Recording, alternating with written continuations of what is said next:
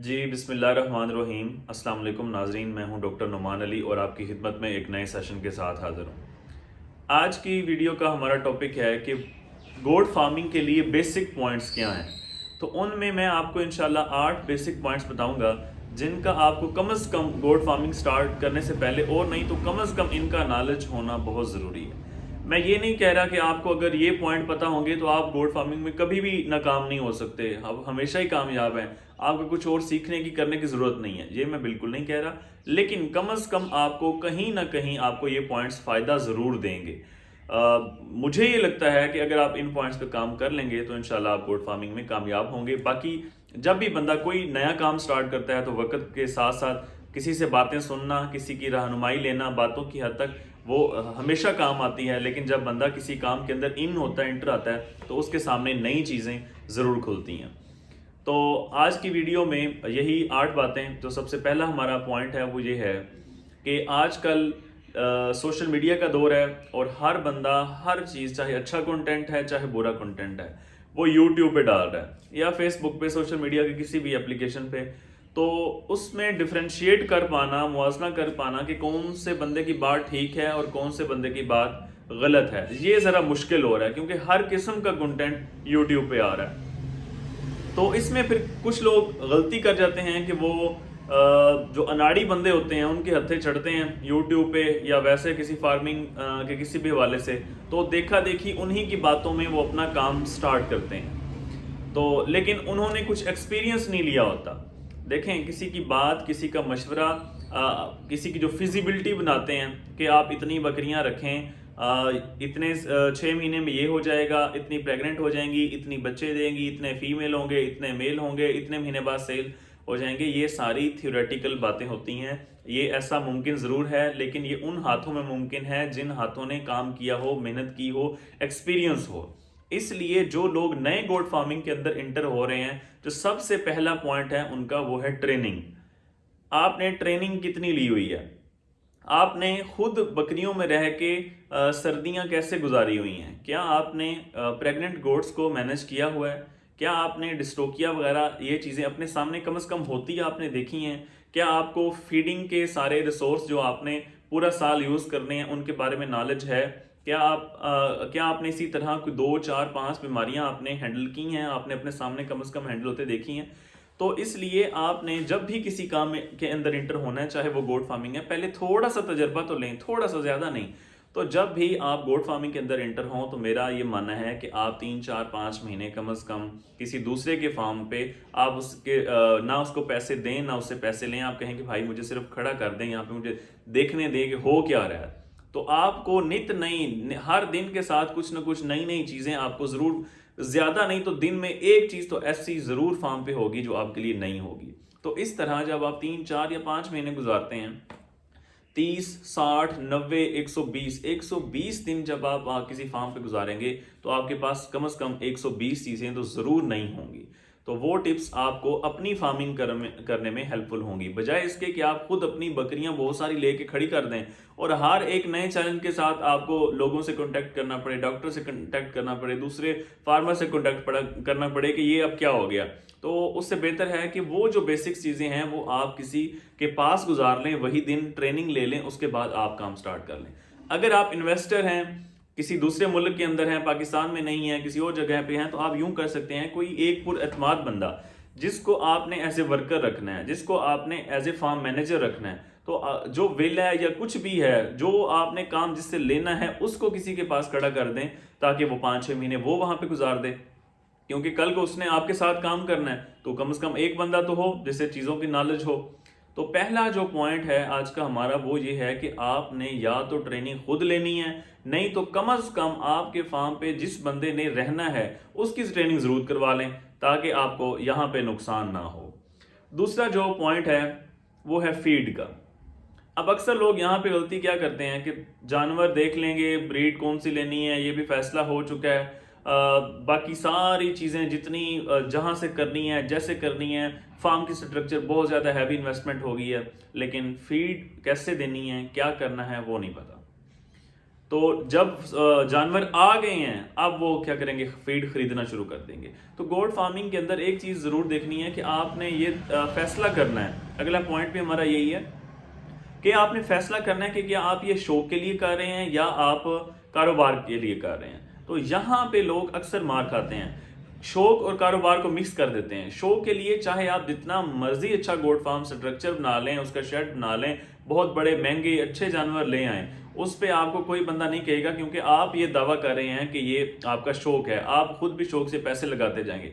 लेकिन जब आप उसे कारोबार का नाम देंगे तो फिर आप कारोबारी आपको जहनीत के साथ सोचना होगा, ना कि आपको ये सोचना होगा कि मेरा दिल क्या कह रहा है, मुझे क्या अच्छा लग रहा है, फलां ने क्या मशवरा दिया। आपको देखना है आपको सबसे ज़्यादा फायदा कहाँ होगा। तो जो फीड के रिसोर्सेज हैं, आपको ज़्यादा नहीं तो कम से कम 3 4 5 महीने की प्लानिंग तो हो कि मैं ये बकरियां ले रहा हूँ, मैं ये इस फार्म पे इस शेड की जो कंस्ट्रक्शन है वो कर रहा हूँ, तमीराती काम मेरा हो रहा है।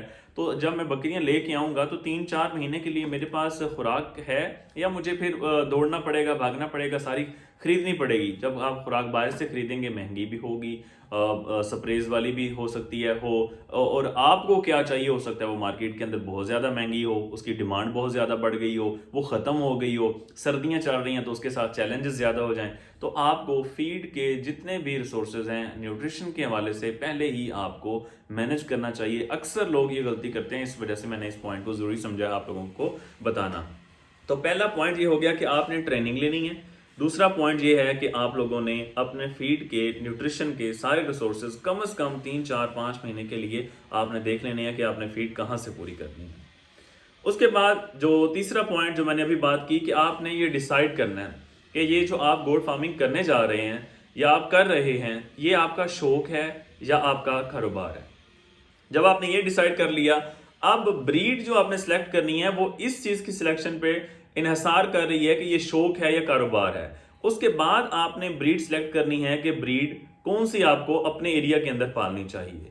ठीक है, लोग क्या होता है मुतासर हो गए, जैसे हमारे यहाँ पे चौक आजम साथ वाले जो लिया, उसके बाद भक्खर, राजनपुर, यहाँ वहाँ जो सारे हैं, यहाँ के एरियाज में राजनपुरी बकरा बहुत मशहूर है और यहाँ पे उसका रेट भी अच्छा खासा लगता है और प्यारा है, बहुत ज़्यादा हाइट अच्छी है, वजन बढ़ाता है, दूध देने वाली बकरी है। ठीक है, तो इसको देख के जो बाहर से दूसरे शहरों के लोग हैं, लाहौर हो गया, साहिवाल हो गया, उकाड़ा हो गया, इस तरफ के उसके बाद इस्लामाबाद वाले एरियाज में, तो यहाँ पे लोग इस ब्रीड को देख के इससे मुतासर हो जाते हैं बहुत जल्दी और फिर यहाँ से अच्छे दामों सही तरह कीमत लगा के दूसरे एरियाज में जाते हैं। लेकिन होता क्या है, वहाँ जाके उसकी ग्रोथ रुक जाती है, बीमारियां उसे आड़े हाथों ले लेती हैं। तो इस तरह ये ब्रीड इस एरिया के अंदर कामयाब है, वहां से देख के आपने एज ए शौक अच्छी नज़र से तो देख के पसंद तो कर लिया, लेकिन देखना ये था क्या ये दूसरे इलाकों के अंदर सूटेबल भी है, क्या ये अपना वजन दूसरे इलाकों में भी वैसे बढ़ाती है या नहीं बढ़ाती। तो ये बात मैं कर रहा हूँ एक एग्जाम्पल की कि राजनपुरी ब्रीड की। इस तरह बाकी और भी ब्रीड्स होंगी जो अपने एरिया के अंदर तो कामयाब हैं, वजन बढ़ाती हैं, प्यारी लगती हैं, लेकिन किसी दूसरे एरिया के अंदर जाके कामयाब नहीं होती। तो इसलिए यहाँ पे ये देखना है कि ये ब्रीड जो आप पालने जा रहे हैं वो आपका शौक है या आपको कारोबारी हैसियत से भी मुनाफा बख्श है या नहीं है। तो इस वजह से ब्रीड की सिलेक्शन का टोटल इन्हिसार आपकी जहनीत पे है कि आपने क्या करना है। उसके बाद ब्रीड कैसे सिलेक्ट करनी है, क्या करना है, उसके लिए काफ़ी सारी वीडियोस मैंने अपने चैनल पे अपलोड कर रखी हैं, उनके लिंक भी इंशाल्लाह इस वीडियो की डिस्क्रिप्शन में डाल दूंगा, तो वो आप वहाँ से देख सकते हैं। बहरहाल यहाँ पे एक पॉइंट उठाना था कि आपने अपनी मार्केट वैल्यू देखनी है और अपना शौक देखना है, कारोबार अपने देखना है, दोनों चीज़ें। मार्केट वैल्यू फिर ये होती है कि जैसे यहाँ पे मैंने बात की कि यहाँ पे राजनपुरी का रेट ज़्यादा है, लेकिन जब आप बाहर जाएंगे तो वहाँ पे हो सकता है उतना रेट ना लगे आपको। अब हमारे एरिया में चौक आजम लिया में यहाँ पे जो बीतल ब्रीड है इसका इतना रेट नहीं लगता, इतनी कीमत नहीं लगती। लोग क्या करते हैं कि अपर एरिया से जाके, अपर पंजाब से जाके बीतल ब्रीड ले आते हैं, वहाँ से जाके महंगी ले आते हैं और यहाँ जब लेके आते हैं उसको खिलाते हैं तो यहाँ पे रेट नहीं लगता। तो अब इतनी दूर से जानवर लेके भी आना है, ट्रांसपोर्ट करके भी आनी है, जानवर को भी ट्रांसपोर्टेशनल स्ट्रेस भी देना है और उसको पालना है, पोसना है, सारा कुछ। उसके बाद जब आप सेल करने लगेंगे यहाँ पे तो रेट नहीं लगेगा, या तो फिर आप दोबारा से दूसरे एरिया में जाएं, वहाँ जाके सेल करके आएँ। हो सकता है कि दूसरे एरिया की ब्रीड जब अपने एरिया में लेके आएंगे यहाँ पे कंफर्टेबल ना हो, वजन ना बढ़ाए, तो यहाँ दूर से लेके आए, ट्रांसपोर्ट का खर्चा किया, जानवर को ट्रांसपोर्टेशनल स्ट्रेस दिया, यहाँ आके उसे पाला, वजन उसका ज़्यादा बड़ा नहीं, वो नुकसान किया, वापस ट्रांसपोर्ट करके के उसी एरिया में जाके सेल करने, हो सकता है जब उसका वजन कम हो गया अब उसका रेट उतना ना लगे। तो ये सारी चीज़ें आपको देखनी पड़ती हैं ब्रीड सिलेक्शन के वक्त। तो ब्रीड सिलेक्शन करते वक्त आपने ख्याल करना है।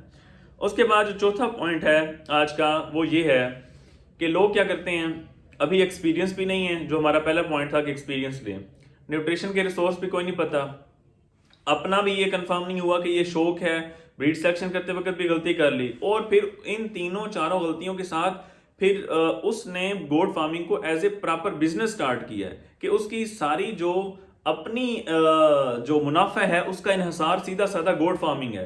तो भाई जब आप नए हैं, स्टार्ट कर रहे हैं, तो गोट फार्मिंग को एज ए साइड बिजनेस लेके चलें।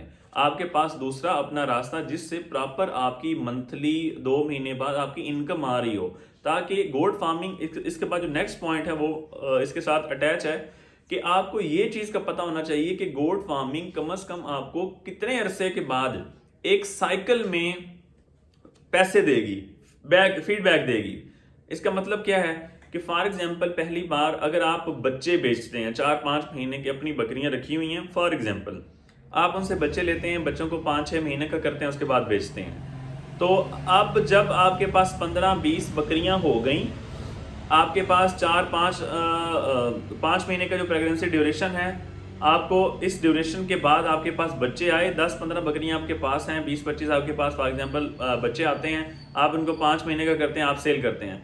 एक बार आपने सेल किया, अगली बार आपने 6-7 महीने ये साल बाद दोबारा ये जानवर सेल किए, फिर अगली बार किए। जब आप इस साइकिल में आते हैं कि आपको एक फिक्स्ड इतने दौरानिए के बाद इतने पैसे मिल सकते हैं, इस रोटेशन में आप अगर नए हैं गोट फार्मिंग में तो आपको कितना अरसा लग जाएगा।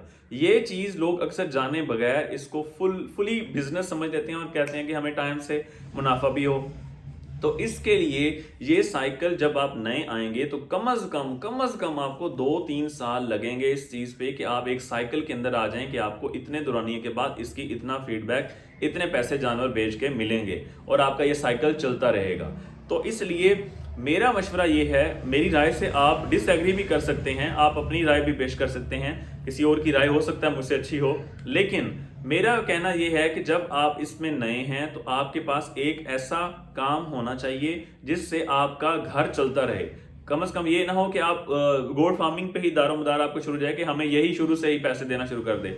आप शुरू में इसे साइड बिजनेस लेके चलें, जब इसका ये साइकिल स्टार्ट हो जाए तब आप इसे फुल टाइम बिजनेस कह सकते हैं, बाकी आप बिजनेस बेशक खत्म कर सकते हैं, क्योंकि ये साइकिल चल पड़ा है। आपको यकीन हो जाएगा कि अगर मैं इतना काम करूंगा, इतनी मेहनत करूंगा, इतने दौरानी के बाद मेरे पास इतने पैसे आ जाएंगे। तो चौथा जो हमारा पॉइंट था वो ये था कि इसे as a side business start करें। और 5वां पॉइंट ये है कि आपको ये पता होना चाहिए कि मुझे ये साइकिल स्टार्ट करते हुए कितना टाइम लग जाएगा। तो उसके लिए 2-3 साल मस्ट हैं, वो आपको लग जाएंगे। शुरू में आपको बीमारियों का चैलेंज होगा, शुरू में आपको फीमेल बकरी को, प्रेग्नेंट गोट को कैसे संभालना, ये सारे चैलेंज आपके सामने होंगे। आहिस्ता आहिस्ता शुरू में मोर्टेलिटी भी हो सकता है ज़्यादा हो, बच्चों की आवाज़ ज़्यादा हो, तो इस तरह के चैलेंज का सामना आपको रहेगा।